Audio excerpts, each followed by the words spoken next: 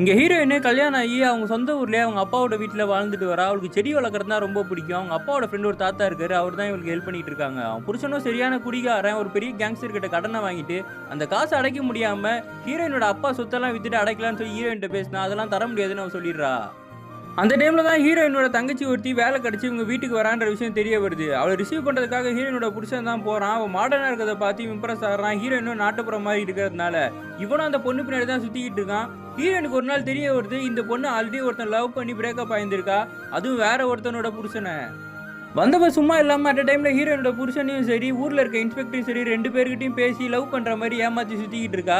ஹீரோயினோட புருஷன் கூட அடுத்த கட்டத்துக்கு மூவ் பண்ண ஆரம்பிச்சிடுறா. ஒரு டைமில் புடவை வாங்க போனால் இவளுக்கு 2500 புடவை எடுத்துட்டு ஹீரோயினுக்கு 250 ஒரு புடவை வாங்கி கொடுக்குறாங்க. ஒரு நாள் ஹீரோயின் வீட்டுக்குள்ளேயே அவங்க புருஷனும் தங்கச்சியும் ஒன்றா இருக்கிறத பார்த்துட்டு வெறுத்து போயிடுறாங்க. ஹீரோயினும் அவங்க 2 பேரும் பிரிக்க ட்ரை பண்ணாலும் புருஷங்காரன் எப்போ பாரு அந்த தங்கச்சி பின்னாடியே தான் சுற்றிக்கிட்டு இருக்கான். ஒரு நாள் அவனுக்கு அந்த கேங்ஸ்டர் வந்து ரொம்ப நெருக்கடி கொடுத்து காசு கொடுன்னு கேட்கும் போது இவனை ஹீரோயின் கிட்ட வந்து பிரச்சனை பண்ணுறான், அவன் இடத்த விற்று கொடுன்னு சொல்லி. ஹீரோயின் தரமாட்டேன்னு சொன்னதுனால நேற்று கேங்ஸ்டர் வீட்டுக்கு போகிறான். இவன் போகும்போது அந்த தாத்தா எல்லாத்தையும் ஒட்டி கேட்குறாரு. அடுத்த நாள் அந்த தாத்தாவும் ஹீரோயின் கிட்ட வந்து சொல்கிறாரு, நாளைக்கு ஈவினிங் வரைக்கும் உஷாரா இருமா, உன்னை பண்ணுறதுக்கு ஏதோ பார்த்துக்கிட்டு இருக்கானுங்கன்னு சொல்லி. அந்த தாத்தா சொன்ன மாதிரியே அடுத்த நாள் வந்து ஹீரோயினோட புருஷன் கூப்பிட்டு சொல்கிறான், இன்னைக்கு ஈவினிங் வந்து நான் வெளியே போகிறேன், எனக்கு தெரிஞ்ச ஒரு ஆள்கிட்ட இருந்து ஸ்டாக் வரும், அதை வாங்கி வை, எங்கேயும் போயிடாத, நீ வீட்டில் தான் இருக்கணும்னு சொல்லிட்டு போயிடுறான். ஹீரோயினுக்கு சந்தேகம் அதிகமாகுது.